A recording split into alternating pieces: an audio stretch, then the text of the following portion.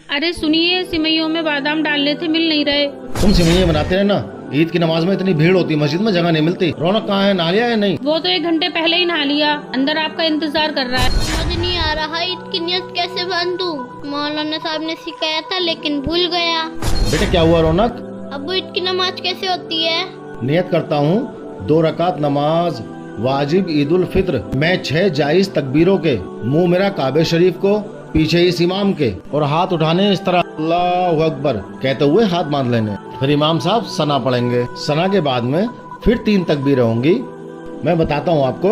इमाम साहब कहेंगे अल्लाहु अकबर, हाथ छोड़ देने, फिर कहेंगे अल्लाहु अकबर, फिर हाथ छोड़ देने। तीसरी तकबीर में कहेंगे अल्लाहु अकबर और फिर हाथ बांध लेने। फिर इमाम साहब सूरह फातिहा पढ़ेंगे, फिर कोई आयत पढ़ेंगे, उसके बाद रुकू करेंगे, सजदा करेंगे।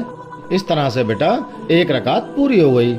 दूसरी रकात में इमाम साहब सूरह फातिहा पढ़ेंगे, फिर कोई सूरत पढ़ेंगे और फिर रुकू में जाने से पहले फिर 3 तकबीरें पढ़ेंगे। बताता अल्लाहु अकबर, कानों तक हाथ उठाने, छोड़। दूसरी तकबीर में अल्लाहु अकबर, कानों तक हाथ उठाने, फिर छोड़ देने। फिर तीसरी तकबीर में कानों तक हाथ उठाने, अल्लाहु अकबर, फिर छोड़ देने। फिर चौथी तकबीर में अल्लाहु अकबर कहते हुए रुकू में चले जाना है।